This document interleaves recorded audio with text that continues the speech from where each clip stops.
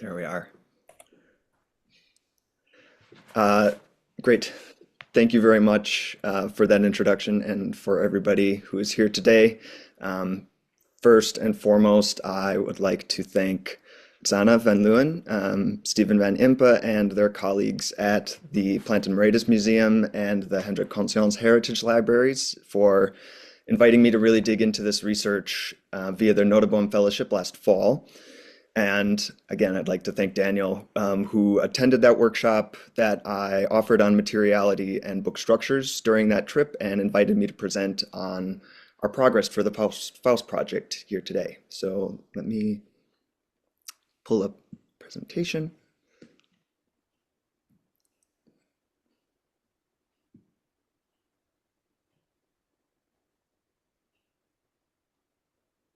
Good. Great.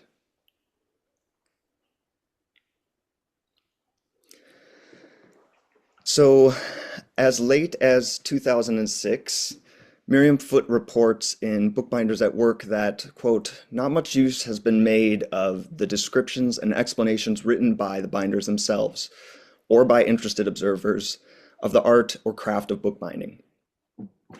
For folks who are interested in the way that books were made centuries ago, there are really two major outlets for their study, and that is one, extant bindings, and two, contemporary depictions from encyclopedias, technical manuals, and visual renderings from binderies, bookshops, and of books in use.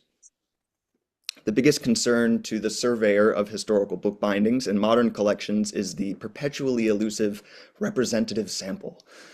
Survivorship bias gives an incomplete picture of actual production of books in their own time, and generally skews toward the higher end markets and more luxurious bindings, which were better taken care of by generations of owners and less susceptible to later rebinding. Particular structures, materials, and traditions also phase in and out of popularity, fare better or worse with use, and are considered more or less attractive or valuable by collectors over time. And all of this contributes to today's rare book collections being rather unreliable witnesses to the actual output of early modern binderies and modes of book ownership. There may even be a temptation to dichotomize real bindings, those bound in leather over stiff boards or with some amount of decorative tooling, from those that are merely temporary containers for text blocks awaiting this form. There's the tendency, for example, for an almanac or a novel, which was originally issued in a cheap, limp wrapper binding, to eventually be replaced by a gilt leather binding in the 19th century as it ages out of ephemeral and into antiquarian. And the relative survival of these later bindings compared with the cruder counterparts may lead us to believe that historical bookbinders and book owners all had this same intention. Their testimony, however, often suggests otherwise. Consider this 1769 portrait showing a reader, clearly of some means based on the dress and the fact of her portrait, with books in simple paper wrappers grouped alongside full leather bindings.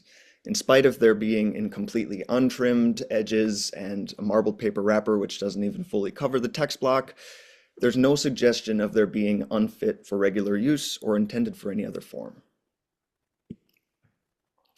In this one from 1835, a slightly later style of printed wrapper covers two splaying books tossed on the toilet shelf in the top right corner of the room. Here's a 1639 portrait of St. Peter showing an obviously limp parchment binding leaned up against the table and a fish. A still life from 1628 shows a collection of books in limp parchment and paper bindings, some with four-edged ties and flaps and even exposed spines, all clearly worn, folded, and flapping from regular use. And finally, here's an altarpiece from 1509 or 1510 showing St. Lawrence holding a book bound in a simple folded sheet of manuscript parchment waste, which is a detail that seems unlikely to have come up unless the artist was looking at a book bound in this way.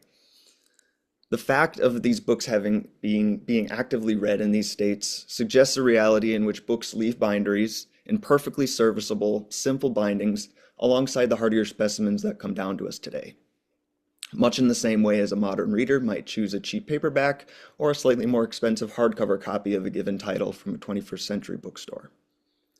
Interpretation and artistic license notwithstanding, These contemporary depictions offer at least a more candid representation, perhaps, of the way books actually looked, and thus how they were made, used, and kept, than many of the volumes privileged to have made their way down to us in modern collections stacks. For that reason, at least, these contemporary witnesses deserve special consideration. And I'd like to say that for anyone who isn't familiar with the Basira database, most of these images came from Basira, books as symbols in Renaissance art, a really fantastic tool. On the literary side, the bulk of our resources relating to contemporary production of books start to pop up in the 18th century in step with a feverish publishing trend in the systematic description and explanation of the arts and sciences.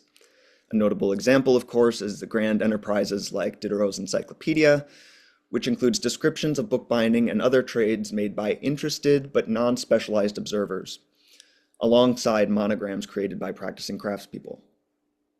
However, up through the advent of mechanization and the end of the hand press period in around the 1830s, bookbinding is a trade that is passed directly from master to apprentice through practical demonstration.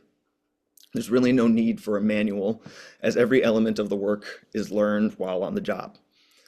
And thus the earliest surviving manuals are mostly considered to be aide de memoire for those learning the trade, rather than attempts to capitalize on a publishing niche.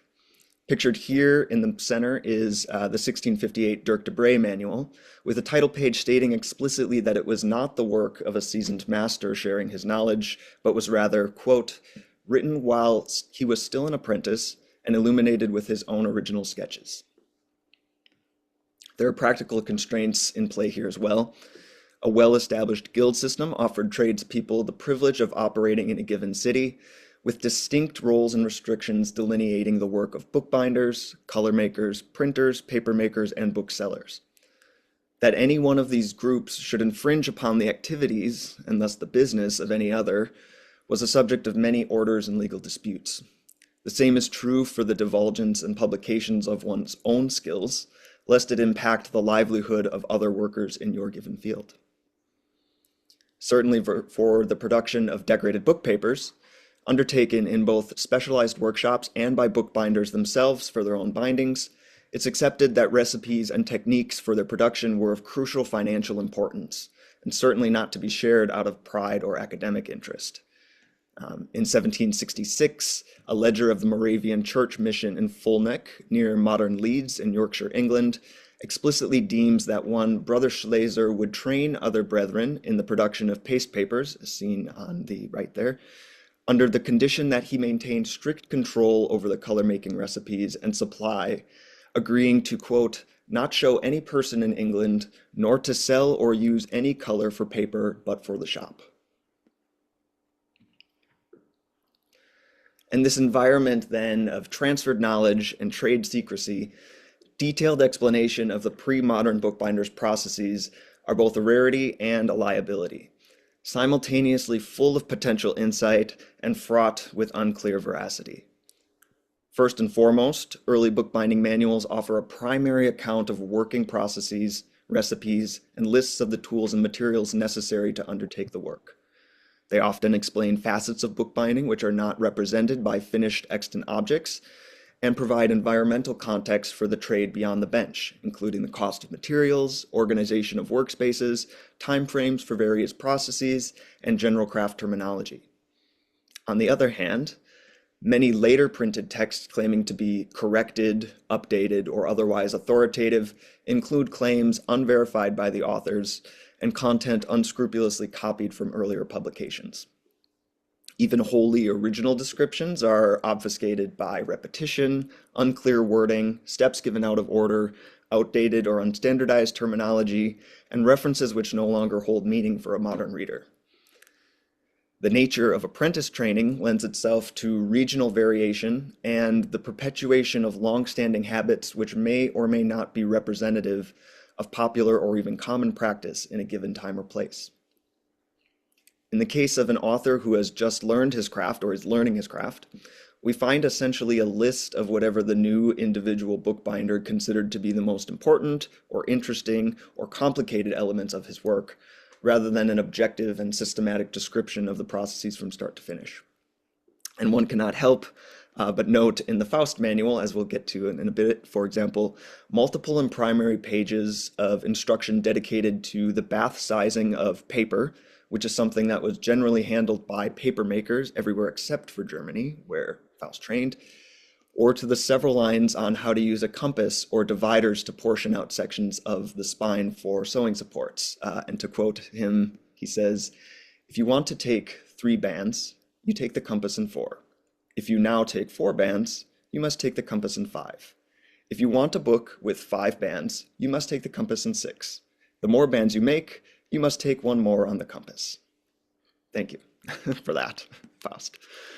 None of this withstanding, the contemporary illustrations of bookbinders' trade are as close to the source of the books we study in modern reading rooms as we're likely to get.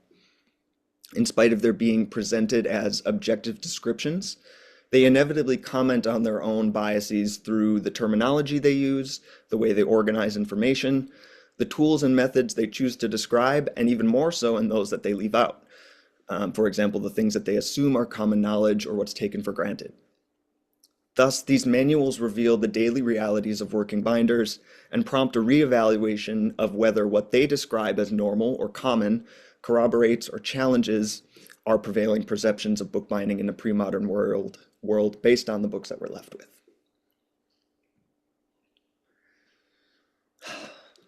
All of this is certainly true of Faust's manual, the very earliest European technical bookbinding manual so far known to scholarship. There exist some fragments and copies of Latin and Arabic texts on various book arts dating to the 11th and 12th centuries, and books of secrets containing recipes on diverse arts, alongside general household, medicinal, and husbandry tips. The most notable of these being De Secreti by Alexis of Piedmont, first published in Italian in 1557 and widely translated and reprinted thereafter, which contains the earliest known description of text block edge gilding. The title, though, for a full text dedicated exclusively to the craft of bookbinding remains with Anselme's Faust, who authored his manual, the one you see here, in Antwerp and presented it to the monks of St. Bernard's Abbey, ostensibly in a binding he also completed himself, on February 13th, 1612. And as I mentioned to Daniel earlier, the second session of Bookbindings Academy is on February 13th. So I missed an opportunity to celebrate an anniversary there, but now you know. Faust lays out his reasons for preparing the manual in its dedicatory preface. He addresses the abbots of St. Bernard's in Hemixem, which is about 12 kilometers from the Museum Plantameritis in Antwerp. He professes his gratitude for the abbots for their generosity and the recognition they've shown for his bookbinding work, going so far as to say that he, quote, has not been able to fail by the great love that they have shown to his production of bookbindings. End quote. Specifically, he notes the interest of one Mitchel, whom the author says inspired him to write out quickly and in secret the methods of bookbinding in his native German language, thereafter translating them into French and Brabant Dutch for the convenience of his addressees. The German version of his instructions is presumed lost, but the 2 translated versions were written down in quite a neat hand and bound in parallel in this spectacular dos-a-dos binding, in which the manual retains to this day. There are a number of interesting points which call into question the order of these operations, which I'll explore momentarily, but suffice it to say that right now, in lieu of evidence to the contrary, Faust is credited with having bound this book himself in his own style. Not only does the manual tell us in Faust's own words how books ought to be made, using all the tools, terms, and techniques of the time, but the binding itself is a time capsule illustrative of Faust's own training and the circumstances in which he worked.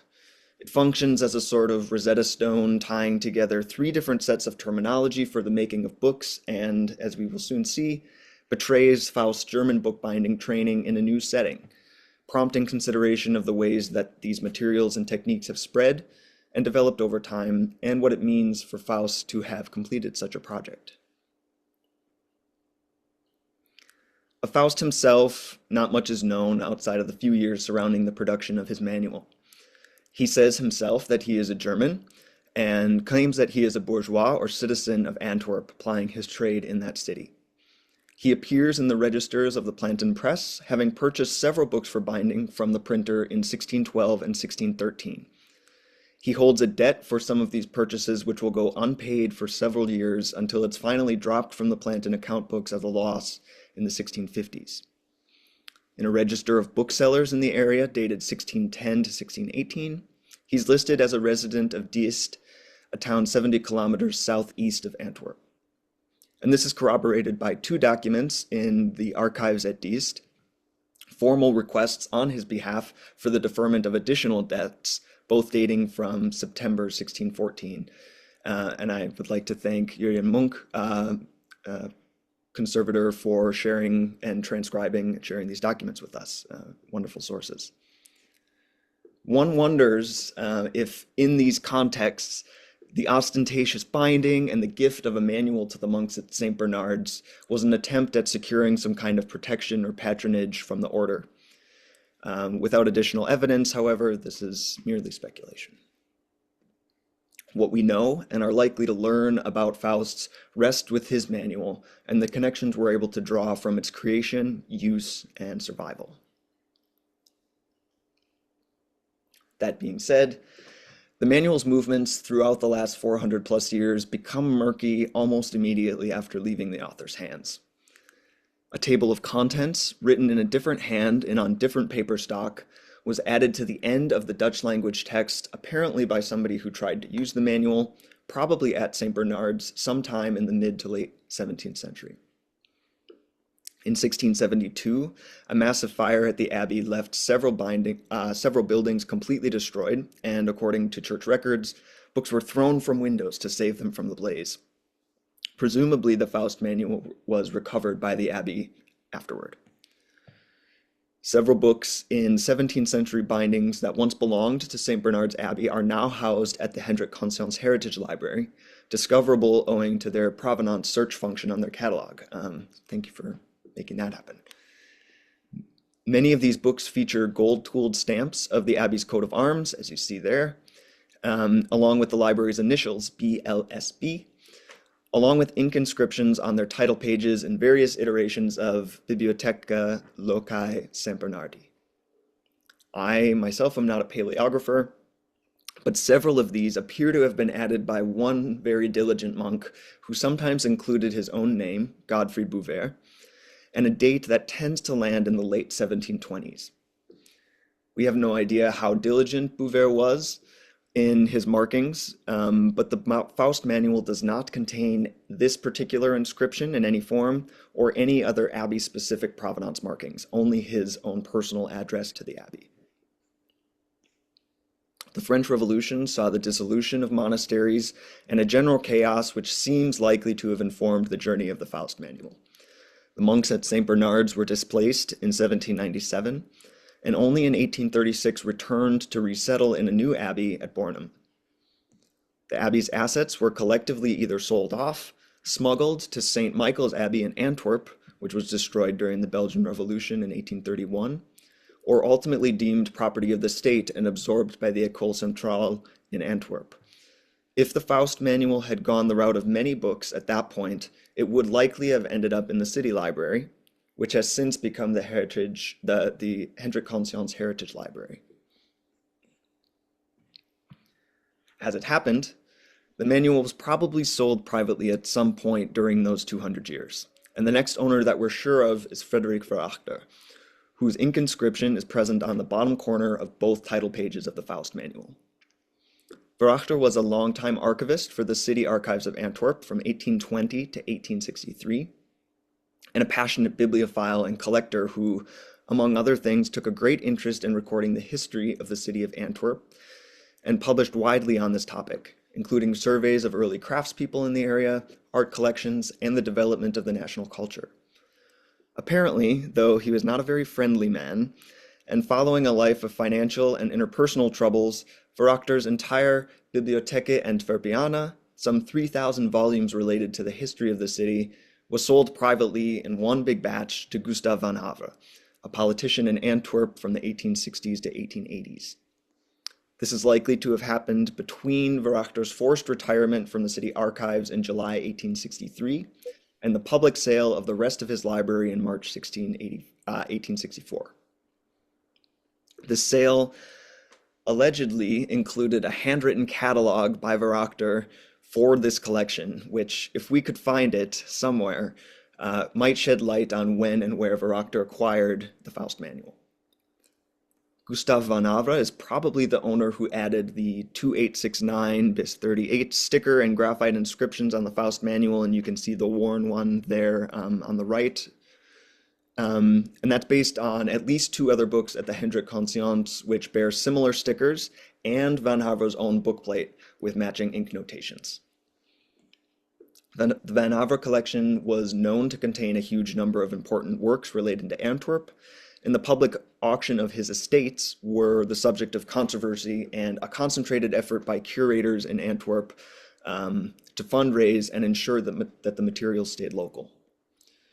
Among several books purchased by Max Roos, the first curator of the Museum Planten Moretus, was the Faust manual, purchased on April 5th, 1906 for 105 florins, and you can see the receipt or the postcard there in the top right. And the florin was, of course, replaced by the euro, and that makes conversion complicated, but I estimate that is roughly 1,500 euros in today's currency for that one book. Faust manual was included in Denuse's catalog of manuscripts at the Museum Planten Moretus in 1927, and in Pollard and Pottard's 1984 survey of early bookbinding manuals, which is the first place that is probably recognized for its full importance. Following up shortly thereafterward was George Collins' 1987 diplomatic transcription of Faust's text, alongside a prefatory essay on the circumstances of the manual, black and white photos and rubbings of the tooling, notes on the structure of the binding, and, in French, an interpretation of the manual's content.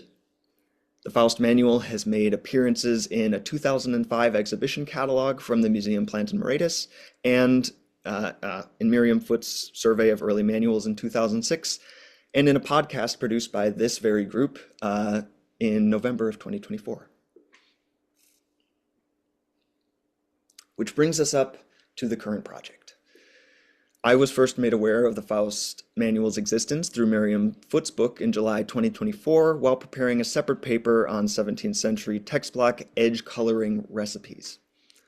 I discovered that the few book historical colleagues who were aware of it in the US had, like me, only ever undertaken the rough translation of a few paragraphs, and that a full modern translation of the full text was still wanting. I applied to the Notenboom Fellowship program and spent 2 weeks in Antwerp to study the manual with the ultimate goal of bringing it to a larger audience through presentation and modeling of the binding and a modern multilingual translation of the text. I photographed the entire manuscript and binding to produce high-resolution color images, which we've been using as the basis for our new translation. I meticulously documented the binding structure and noted a number of details which are not captured in Collins' description and really could only be assessed through that intimate interaction with the original artifact. This is all with an eye to producing a model of the binding, bookbinder, which could be used as an additional presentation and teaching tool, allowing other scholars to get a sense of how the book was constructed and ostensibly used, even if they don't get a chance to handle the core object in Antwerp.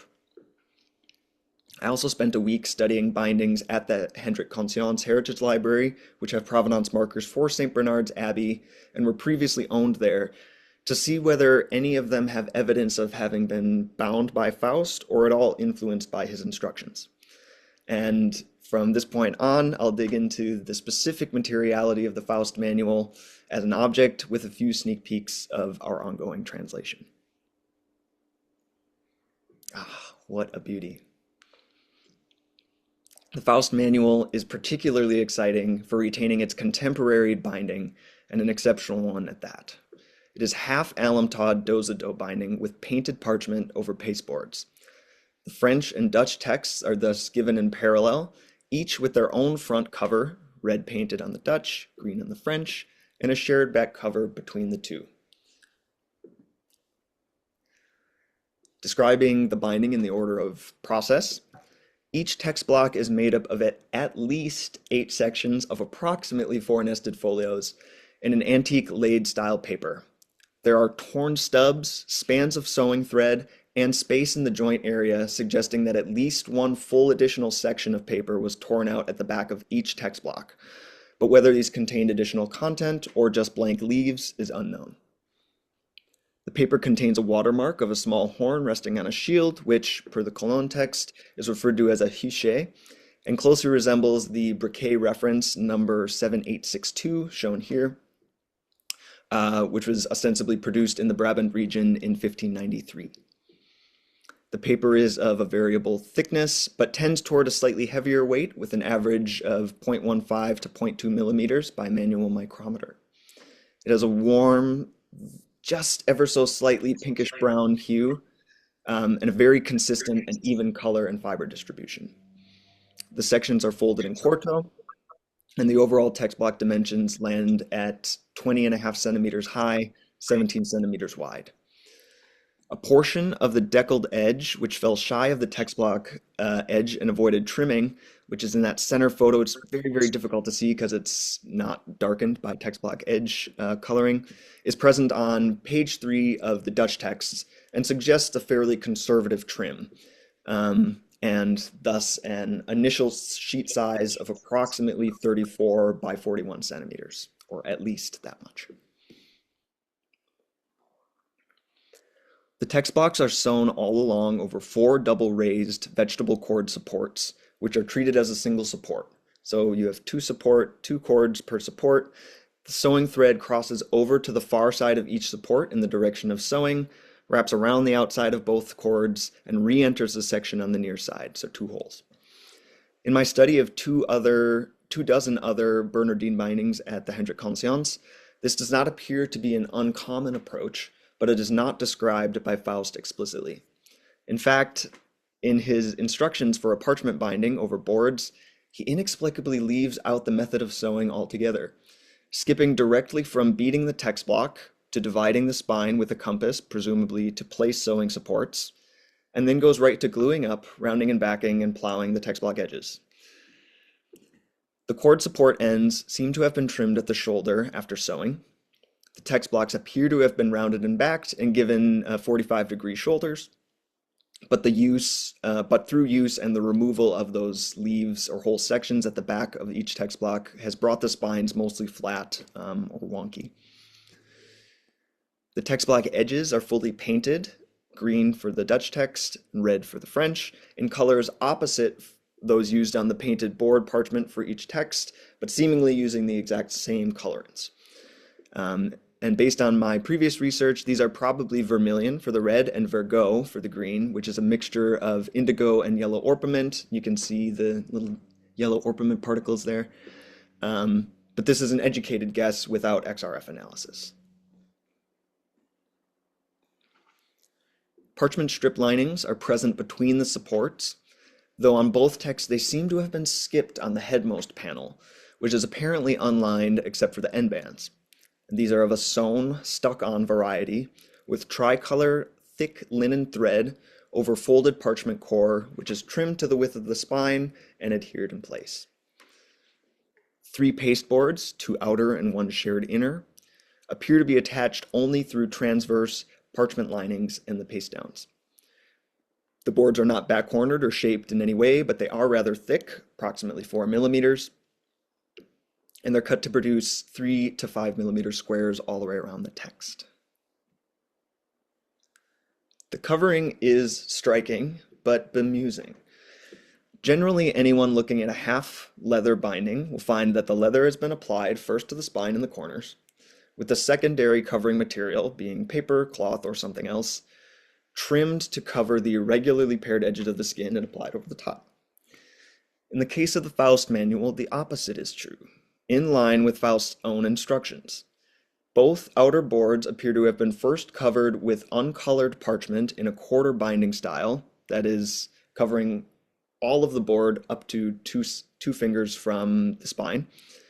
And you can see the turn-ins in that center photo of the parchment. Next comes the tawed skin, which is pigskin probably pigskin based on the pore structure, which covers the spines of both text blocks and the corners of the outer boards over the top of the parchment. Then, Faust says, you must trim the leather corners on the book, taking care to not go too deep and cut into the parchment underneath. A point which was not heeded on his own manual, where we can see exposed board through several knife cuts, as you can see on the right there. The shared inner board, on the shared inner board, the spine leather pieces extend further to cover the board edges all the way across that center board. That is to say, the spine of the Dutch text covers the foredge of the inside back cover of the French text, and vice versa. The parchment was then painted as a final step, as evidenced by strokes of color which stray off of the parchment and onto the taut skin. Next comes tooling, which was done on the taut spine in concentric frames of triple-line decorative floral rolls, a diaper pattern with semi-fleurons in the parchment coverings, and guilloche rolls with small fleurons on the corners. The spine panels between the supports are also tooled, but are too heavily worn to confidently determine a design, though it does appear to be a large decorative roll distinct from those used on the rest of the binding. It was a special privilege during my trip to meet with Livo Ateo, a scientist at KU Leuven, who imaged the Faust binding with their microdome imaging technology. And this system uses an array of LEDs to output a massive image cube, which can be modified through KU Leuven's own processing platform to produce images like this one on the left. On the left of the left is a visible light image of the lower section of the cover of the French text, and the right is essentially hundreds of raking light images from different angles, stitched together and with the color light factor removed to get this high contrast image of the tooling, which I then use to create a line image to commission new laser engraved finishing tools for my binding model. This also allowed for closer comparison of the tooling impressions to the Hendrik Conscience library bindings. And while there was a great deal of stylistic overlap in the use of triple lines, Anthemian and guilloche tools, diamond fleurons, and a general organization of the tools, there were no perfect matches between the tools used on the Faust manual and those used on the surveyed St. Bernard's bindings. There is evidence of both, on the foredges of both boards, of two green dyed textile closure ties, though, as Colin points out, on a dos-a-dos binding, it's hard to imagine how these would have functioned.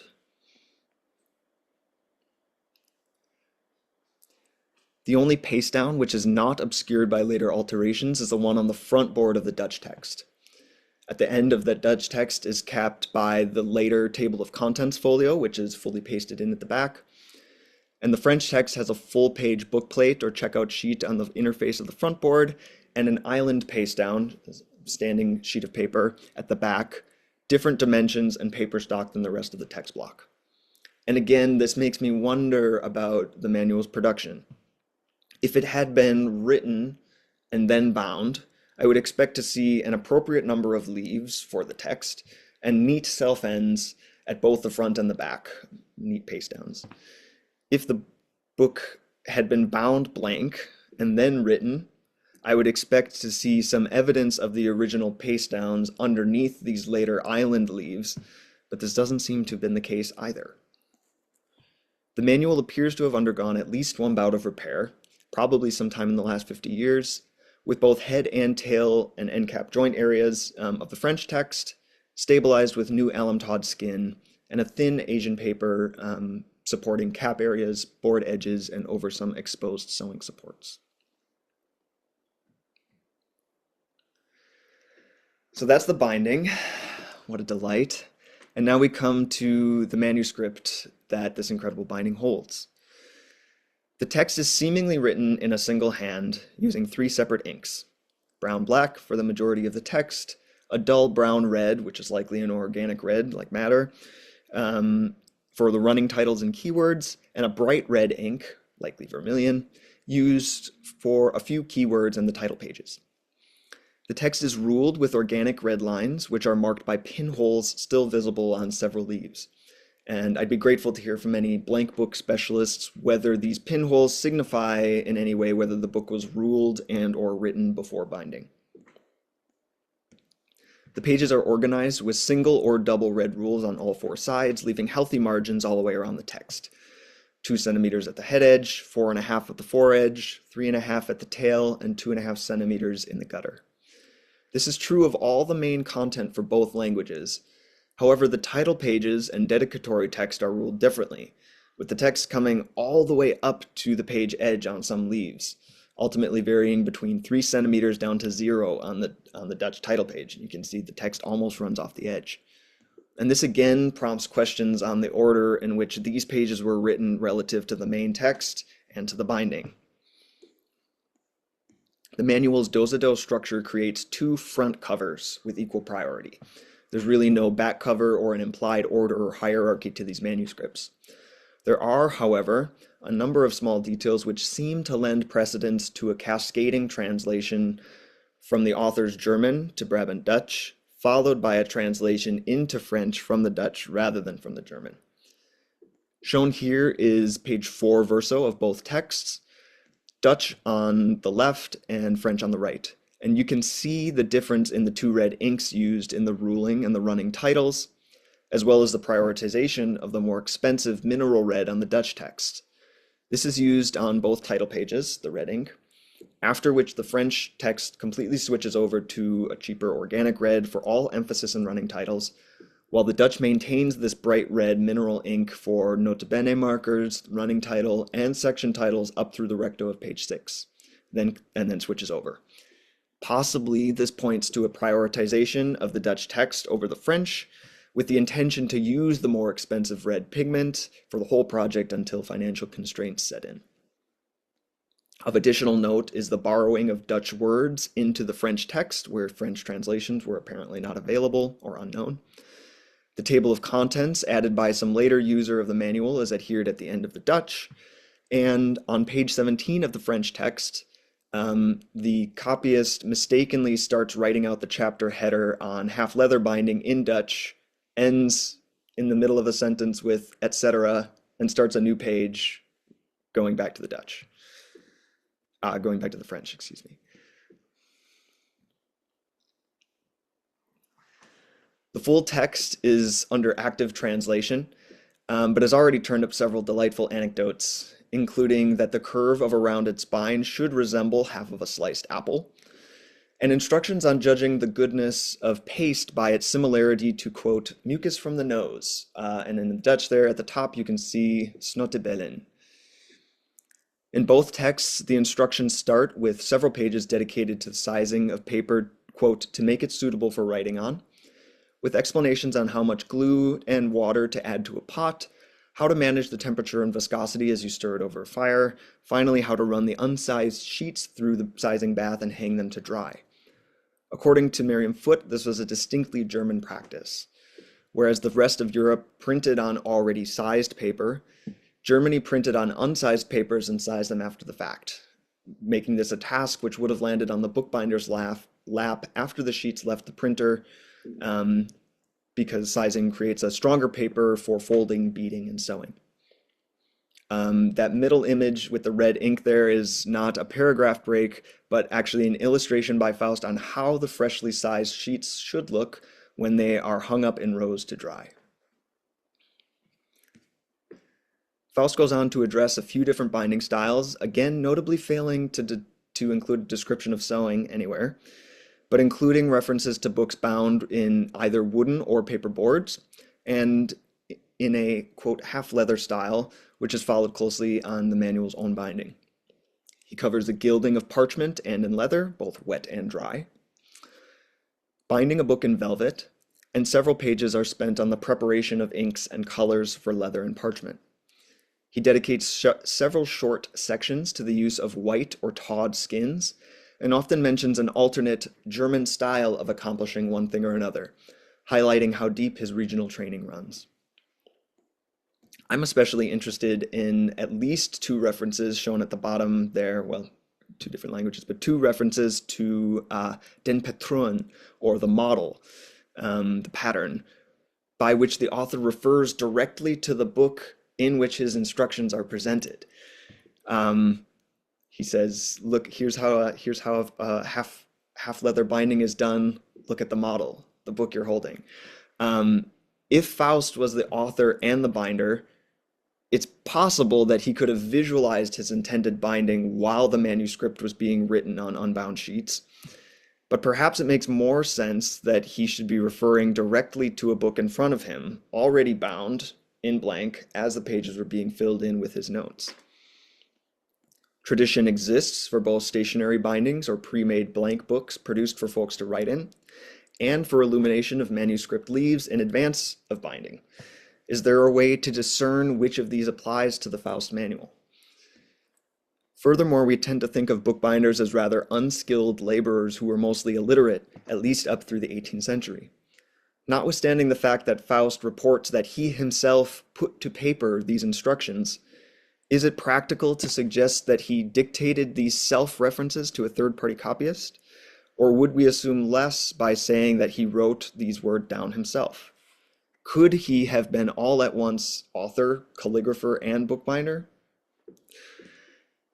I'm not sure if I believe it, but the idea certainly adds depth to the mysterious character of Faust, who will hopefully emerge from the shadows as more people learn of his work and uncover his traces. But that's what we know so far, or what we think we know.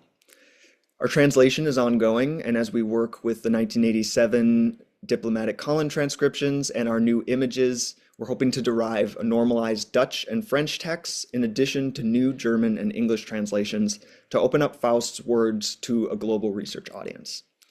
Materials are fully gathered for the model, including handmade laid paper by Katie McGregor in Maine, Todd skin and parchment from Pergamena in New York, and natural pigments and dyes for the N-band thread, painted text block edges, and parchment coverings from Rublev in California. New brass finishing tools have been reproduced by Bookbind Designs in the UK using the microdome impression images, and I'm planning to have a completed model ready for handling, study, and engagement alongside a poster presentation on the Faust manual at the American Institute for Conservation's annual conference in spring of this year. The goal of this project is to introduce this rich artifact to a much broader audience of bookbinders, curators, conservators, and book history researchers, all of whom can contribute to the illumination of its mysteries. Whoever Faust may have been, and however his manual may fit into the larger craft contexts, he's a witness to the traditions which brought about the books that we all use 400 years later. And if nothing else, he's provided us with an incredible story, the travails of a 17th century bookbinder, and I can't wait to sit down and listen to his tale. And I thank you all for taking the time to sit down and listen to my tale today. If anybody is interested in keeping tabs on this project or has insights to offer, please feel free to get in touch or to send in your questions now.